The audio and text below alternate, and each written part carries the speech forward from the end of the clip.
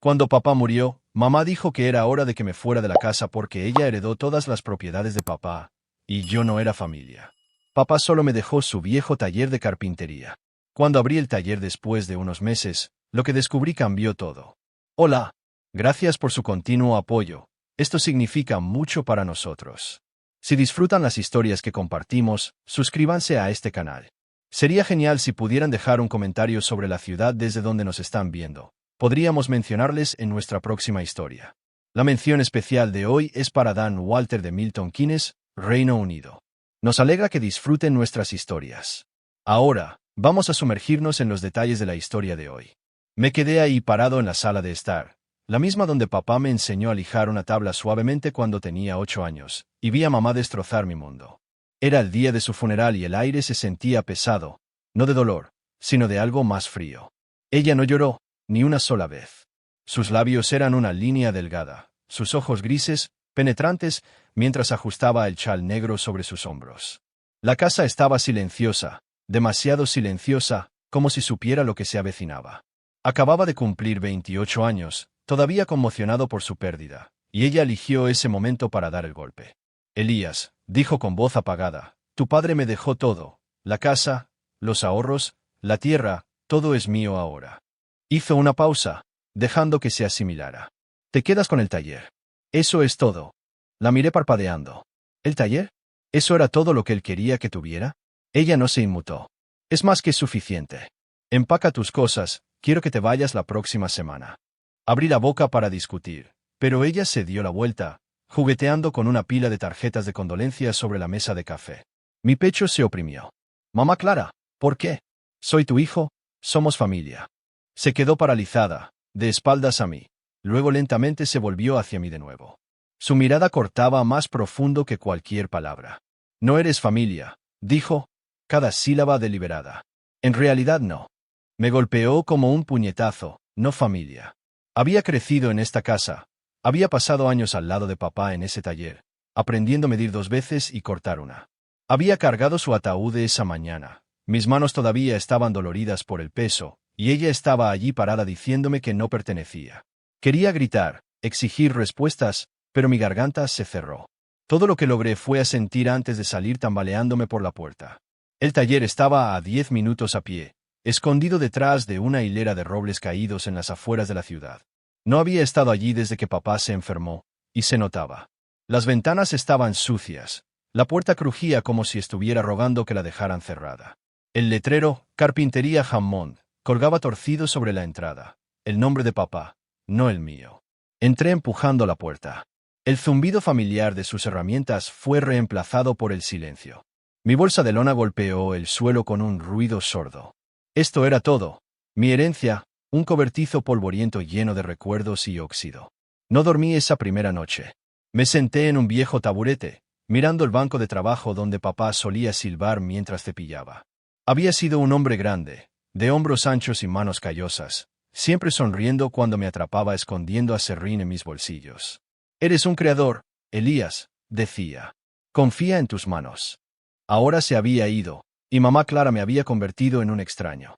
Saqué una vieja foto de mi billetera, una que había guardado desde que tenía 12 años, papá y yo, uno al lado del otro, lijando un baúl de cedro. Mi cabello era un desastre, su delantal, manchado de barniz. Parecíamos felices. Recorrí su rostro con el pulgar, preguntándome por qué la había dejado hacer esto. La semana siguiente pasó rápidamente. Empaqué mi ropa, mis libros, lo poco que tenía, y lo llevé todo al taller. Clara no se despidió cuando salí de la casa. Simplemente miró desde el porche, con los brazos cruzados, como si estuviera custodiando su premio. No Meyer Truss. El taller se convirtió en mi búnker, mitad hogar, mitad prisión. Dormía en un catre en la esquina, comía sándwiches baratos de la gasolinera e ignoraba las miradas de lástima de los vecinos cuando pasaban. Todavía no estaba listo para tocar las herramientas de papá. Se sentían demasiado como él, y no estaba seguro de poder manejarlo. Los días se convirtieron en semanas, y mantuve la cabeza gacha. Tomé un trabajo descargando camiones en la ferretería, lo suficiente para pagar la comida y mantener las luces encendidas. El taller permaneció oscuro, una tumba para la vida que solía tener. Pasaba por la casa a veces, tarde en la noche, viendo la silueta de Clara en la ventana. Ella había heredado todo, pero no parecía feliz. Tal vez nunca lo sería. No me importaba, o me decía a mí mismo que no. Una noche, no pude soportarlo más. Estaba hojeando el viejo cuaderno de bocetos de papá, lleno de diseños de muebles que nunca había construido, cuando mi pie golpeó una tabla suelta del piso. Se tambaleó bajo mi peso, un sonido que no había notado antes. Me arrodillé, presioné hacia abajo y sentí que cedía. Mi pulso se aceleró. Papá siempre decía, un buen carpintero esconde su mejor trabajo. ¿Era esto algo que había dejado atrás? Tomé una palanca del banco de trabajo, con las manos temblorosas, y la metí debajo de la tabla. Salió con un crujido, revelando un hueco oscuro debajo. No podía ver mucho, pero sabía una cosa, lo que fuera que estuviera allí abajo, era más de lo que Clara me había dado. Me senté, mirando ese agujero en el piso. Una parte de mí quería excavar en ese mismo momento, abrirlo todo y descubrir lo que papá había escondido, pero otra parte, la parte que todavía se tambaleaba por las palabras de Clara, me contuvo. ¿Y si no era nada? ¿Y si esto era solo otra decepción? No lo sabía todavía, pero esa tabla del piso estaba a punto de cambiarlo todo. Por ahora, sin embargo, me quedé sentado allí, con la foto de papá, y yo agarrada en la mano, preguntándome si él había sabido todo el tiempo que necesitaría algo a lo que aferrarme. No podía dejar de mirar ese agujero en el piso. Era tarde, el taller estaba tenuemente iluminado por una sola bombilla, y mi palanca se sentía pesada en mi mano. Había estado viviendo en este lugar durante meses, sobreviviendo, evitando las herramientas de papá como si pudieran quemarme. Pero esa tabla suelta del piso se sentía como un susurro de él, un empujón que no podía ignorar. Mi corazón latió con fuerza mientras metía la palanca más profundamente y tiraba. Aunque se astilló, revelando un compartimento poco profundo en el interior. Había una caja de metal, oxidada en los bordes, del tamaño de una barra de pan. Dudé, con los dedos sobre ella. ¿Y si estaba vacía? ¿Y si no lo estaba? La levanté, el peso me sorprendió, y la puse en el banco de trabajo. La tapa crujió cuando la forcé a abrirse. Me quedé sin aliento. Lingotes de oro y plata brillaban hacia mí, 6 de ellos, pequeños pero sólidos, apilados ordenadamente como ladrillos. Junto a ellos había un trozo de papel doblado. Lo desdoblé con manos temblorosas, reconociendo la letra de molde de papá. Para mi hijo, mi verdadero legado. Confía en tus manos. Eso era todo, sin explicaciones, sin disculpas por la traición de Clara, solo esas palabras, como si hubiera sabido que las necesitaría. Me quedé sentado allí, aturdido, pasando el pulgar por el metal. Esto no era calderilla, era un salvavidas.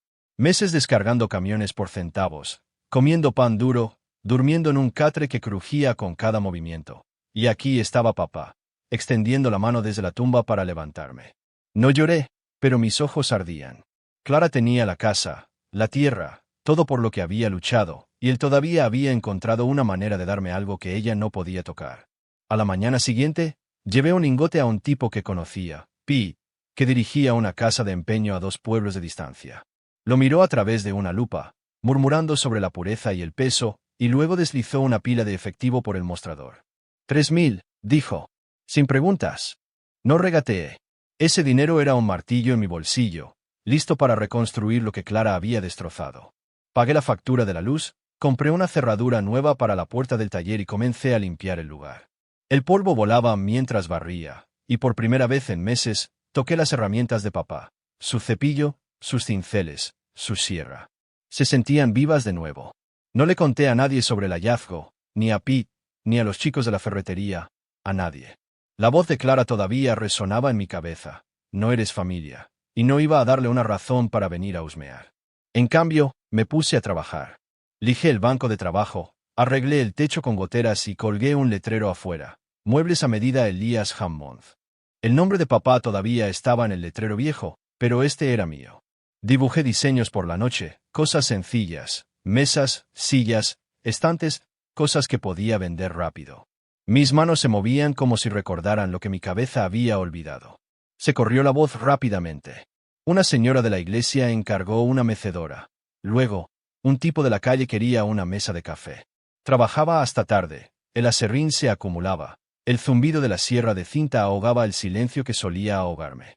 El dinero entraba poco a poco, no a raudales, pero lo suficiente como para dejar el trabajo del camión y comprar comida de verdad. A veces me sorprendía sonriendo, imaginando a papá asintiendo con la cabeza desde algún lugar más allá. Confía en tus manos, había escrito, y lo hice. Ahora estaban firmes, dando forma a la madera en algo sólido, algo en lo que podía apoyarme. Pero no todo fueron cortes suaves. Iba a la ciudad por suministros y oía susurros, el nombre de Clara flotando como un mal rumor. Todavía estaba en la casa, decía la gente, pero últimamente había estado derrochando dinero, ropa nueva, un auto brillante en la entrada. No lo entendía. Papá no la había dejado en la ruina, pero tampoco la había dejado rica. ¿De dónde venía? Lo saqué de mi mente. Ella ya no era mi problema. El taller era mi mundo ahora, y estaba creciendo. Una noche, me senté a contar los pedidos, 5 en una semana, más de lo que esperaba. La caja con los lingotes restantes estaba guardada bajo llave en un cajón, un secreto que no había vuelto a tocar. Todavía no necesitaba hacerlo. El negocio estaba mejorando y me gustaba ganármelo con esfuerzo, pieza por pieza. Hojeé el viejo cuaderno de bocetos de papá en busca de inspiración, trazando sus líneas con el dedo. Fue entonces cuando me fijé en la caja de herramientas en la esquina, la grande, cerrada con candado. Nunca me había molestado con ella, pensé que solo eran brocas y hojas de repuesto, pero algo en ella me atraía ahora, como la tabla del piso. Tomé un destornillador, tentado de abrirla, pero me detuve. Todavía no. Los lingotes eran suficientes por un día. Me recosté, el catre crujió debajo de mí, y miré al techo.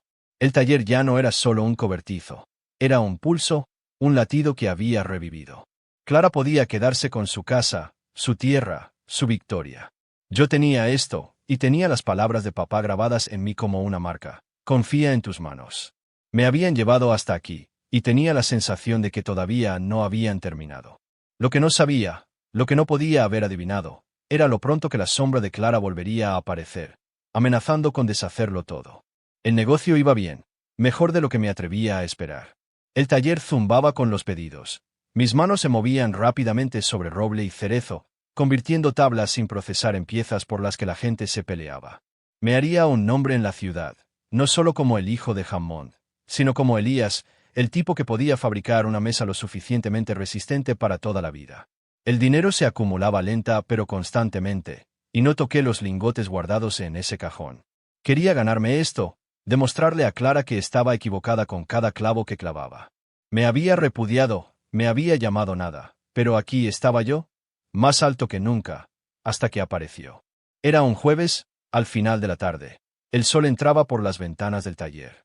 Estaba lijando una estantería cuando la puerta crujió al abrirse. Al principio no levanté la vista. Los clientes entraban todo el tiempo ahora, pero el silencio se sentía extraño, pesado. Miré por encima y allí estaba ella, Clara. No la Clara que había visto por última vez en el porche, con los brazos cruzados y engreída. Esta Clara era un desastre. Su abrigo colgaba suelto, manchado en los puños, su cabello, un desastre enredado, sus ojos, que antes eran lo suficientemente penetrantes como para cortar, estaban apagados, mirando alrededor como si no supiera dónde posarlos. Elías, dijo con voz débil, necesito hablar contigo. Dejé el papel de lija, limpiándome las manos en los pantalones vaqueros. ¿Qué quieres? Se acercó, agarrando un bolso deshilachado. Estoy en problemas. La casa se ha ido. Se la llevaron. Fruncí el ceño. ¿Quién se la llevó? El banco. Tragó saliva con dificultad, mirando hacia otro lado. Pedí un préstamo con ella como garantía. Las cosas salieron mal. No tengo a dónde ir. La miré fijamente, juntando las piezas, los susurros que había oído en la ciudad, el auto nuevo, la ropa elegante. No era el dinero de papá lo que había estado derrochando. Lo había apostado todo. Había utilizado la casa como garantía para préstamos que no podía pagar, y ahora estaba aquí, parada en mi taller, pidiendo una limosna, después de todo. Apri, la mandíbula. No tienes a dónde ir, repetí lentamente, dejando que la frase flotara en el aire. ¿Y crees que te debo algo? Levantó la cabeza bruscamente, un destello de la vieja Clara en su mirada fulminante. Soy tu madre. No, dije, dando un paso hacia ella. Dejaste muy claro que no soy familia. ¿Lo recuerdas? Te quedaste con la casa, la tierra, todo lo que papá construyó, y me echaste como basura. Ahora se ha ido, y vienes arrastrándote hacia mí. Se estremeció, pero no retrocedió. No sabía que terminaría así. Pensé que podía manejarlo. Por favor, Elías, no tengo nada. Me reí, aguda y amargamente. ¿No tienes nada? Bienvenido a mi mundo, Clara. Dormí en un catre en este basurero durante meses por tu culpa. Ve a buscar a tu verdadera familia. Oh, espera, tú tampoco tienes una, ¿verdad? Su rostro se arrugó, y por un segundo pensé que lloraría, pero no lo hizo. Simplemente se dio la vuelta y salió arrastrando los pies por la puerta, cerrándola de golpe detrás de ella. Me quedé allí parado, con el puño cerrado, mi pulso martilleando. Se sentía bien, muy bien, lanzarle sus palabras a la cara. Ella quería que me fuera, y ahora era ella la que no tenía nada. Volví a lijar, con más fuerza de la necesaria, gimiendo con las manos, pero esa euforia no duró. Durante los días siguientes, no pude quitármela de la cabeza. Estaba a mitad de cortar una tabla y su voz se colaba.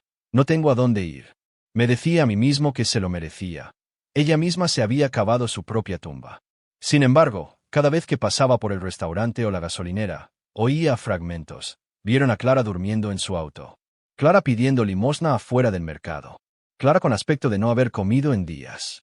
La gente no me lo decía a la cara. Sabían que no debían hacerlo, pero los susurros me llegaban de todos modos. Traté de concentrarme en el trabajo. Los pedidos seguían llegando. Un juego de comedor para un abogado, una cuna para una nueva mamá.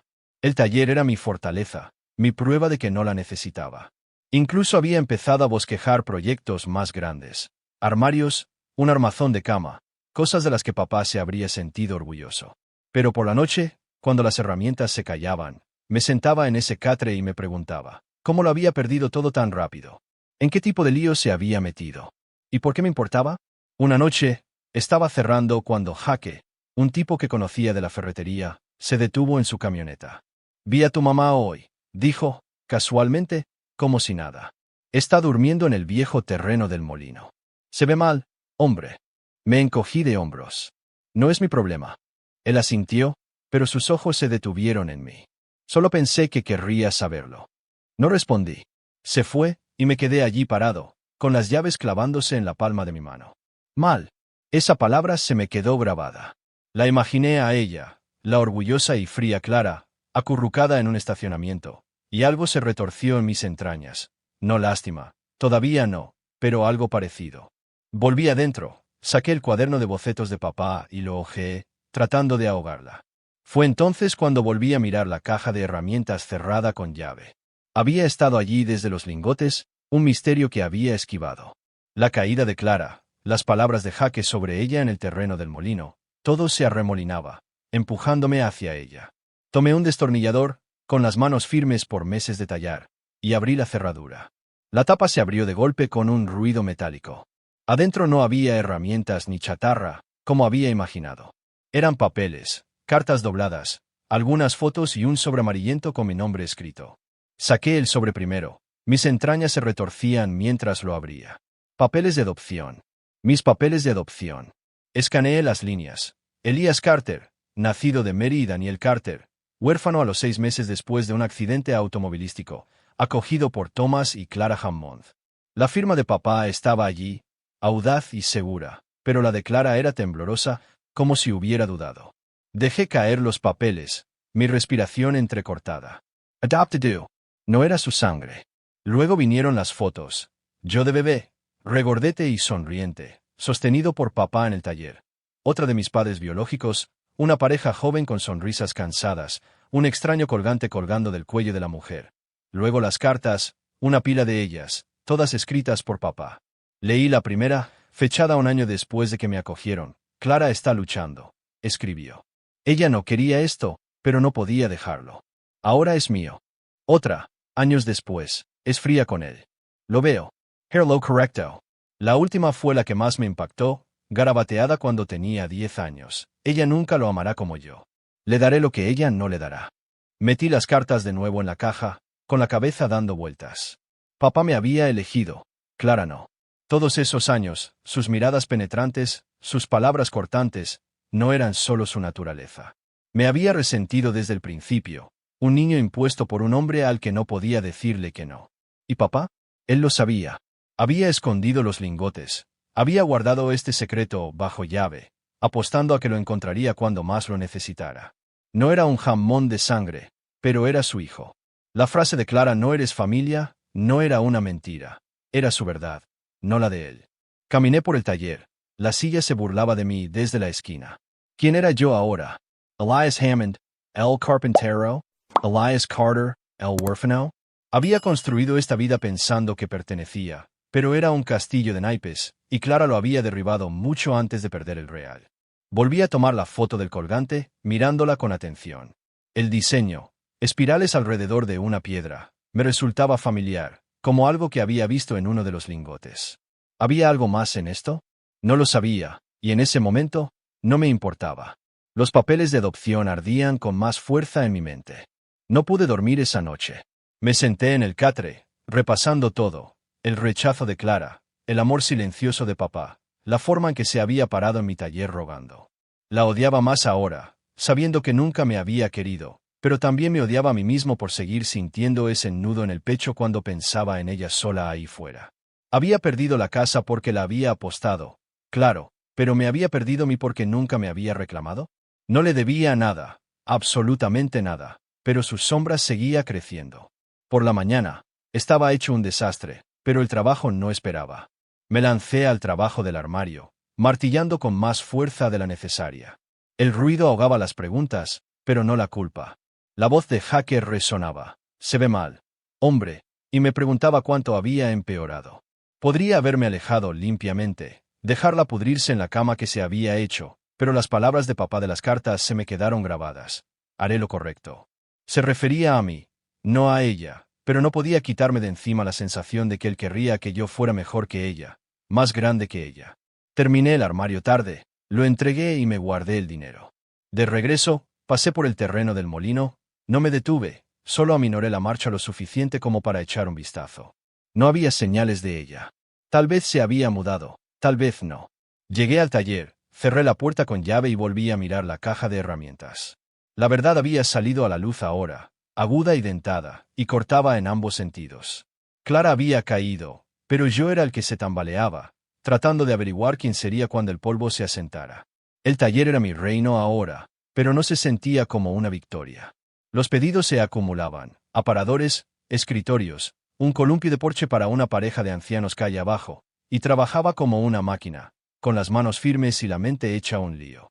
Los papeles de adopción estaban en esa caja de herramientas, una verdad que no podía ignorar. Papá me había elegido, me había amado, me había construido mientras Clara me derribaba. Ella estaba ahí fuera en alguna parte, rota por sus propias decisiones, y me decía a mí mismo que había terminado, pero no era así. No del todo. Empezó con una llamada de la señora Tate, la señora de la iglesia que había comprado esa mecedora meses atrás. Estaba a mitad de cortar una tabla cuando el teléfono sonó. Elías, dijo con voz baja, tu mamá está muy mal. La vi en el refugio de la Ruta 9. ¿Está enferma? Muy enferma. Murmuré un agradecimiento y colgué. Mi sierra se detuvo en mi mano. Enferma. La palabra sonaba diferente ahora, después de todo. La imaginé a ella, Clara, la mujer que me había llamado nada, acurrucada en un catre sucio, tosiendo su orgullo. No la conocía, me seguía diciendo eso mientras terminaba el corte, la madera se partía limpiamente, pero las palabras de la señora Tate se me quedaron grabadas. Trabajé hasta tarde, tratando de dejarlas atrás, clavando clavos en un estante hasta que me dolieron los brazos. El taller estaba vivo, las herramientas cantaban, el aserrín se acumulaba, pero yo no lo estaba, no del todo. Las cartas de papá seguían apareciendo en mi cabeza. Haré lo correcto. Se refería a los lingotes, al taller, a mí, no a ella, pero aquí estaba yo, inquieto, imaginando a Clara desvaneciéndose ahí fuera mientras yo lijaba mi camino hacia el éxito. Cerré, tomé mis llaves y conduje hasta la Ruta 9 antes de que pudiera convencerme de lo contrario. El refugio era un edificio bajo de ladrillo. Las luces parpadeaban sobre una fila de figuras encorvadas esperando sopa. La vi cerca de la parte de atrás, envuelta en un abrigo demasiado grande para su cuerpo encogido. Su rostro estaba demacrado, los ojos hundidos, una tos traqueteaba mientras se arrastraba hacia adelante. No me vio al principio. Me quedé junto a mi camioneta, con las manos en los bolsillos, observando. Esta no era la Clara que me había echado.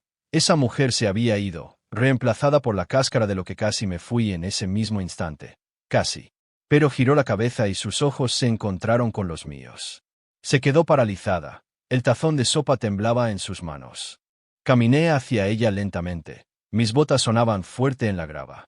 Elías, dijo con voz ronca, apenas audible. ¿Qué haces aquí? No respondí de inmediato, solo la miré, realmente la miré. El resentimiento seguía allí, ardiendo en mi pecho, pero ya no estaba solo.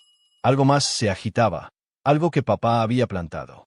Estás enferma, dije finalmente. ¿Qué tan mal? Se encogió de hombros, una contracción débil. Basta animal. No necesito tu lástima. No estoy aquí para eso. Mi tono era plano, pero mi mente corría. Había perdido la casa, lo había perdido todo, y ahora se estaba perdiendo a sí misma. Podría irme, dejarla desvanecerse entre la multitud. Se lo había ganado. Pero parado allí, vi el rostro de papá en su lugar, su sonrisa, sus manos ásperas guiando las mías sobre un torno. Él había confiado en mí para ser más que ella. No me queda nada, dijo, sin que se lo pidiera, mirando al suelo. Tenías razón. Sin familia, nadie. Apreté la mandíbula. ¿Te aseguraste de eso? No discutió. Solo tosió de nuevo, con más fuerza esta vez, y vi cómo la lucha se le escapaba. Podría haber dicho más, haber cortado más profundo, pero no lo hice. En cambio, me di la vuelta y volví a la camioneta. No me llamó.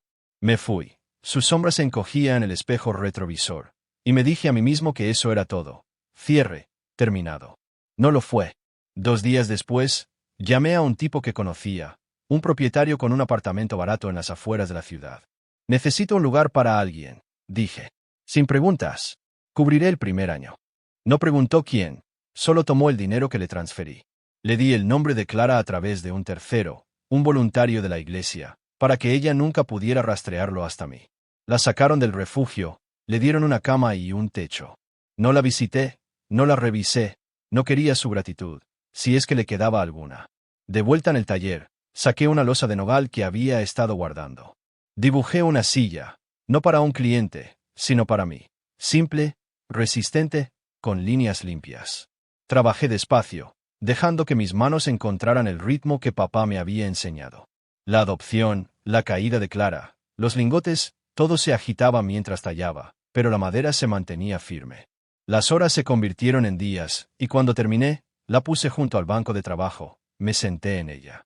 Me sostuvo, sólida como una roca. Miré a mi alrededor, las herramientas brillantes, los pedidos apilados, el letrero afuera con mi nombre. Esto era mío, no de Clara, no de algún fantasma de quien no era. El legado de papá no era el oro ni el taller. Era yo, el hombre en el que me había convertido. Le había dado a Clara un salvavidas, no porque se lo mereciera, sino porque podía, porque era más grande que su odio. Me recosté en esa silla, el peso se me quitó del pecho, y supe que finalmente había encontrado mi lugar, no como un Hammond, no como un Carter, sino como Elías, y eso era suficiente. Si esta historia te impactó tanto como a mí, dale me gusta y házmelo saber en los comentarios qué habrías hecho con Clara. Suscríbete para más historias que te conmueven y se te quedan grabadas, y activa la campana para que no te pierdas la próxima. Gracias por escuchar. Nos vemos en la próxima.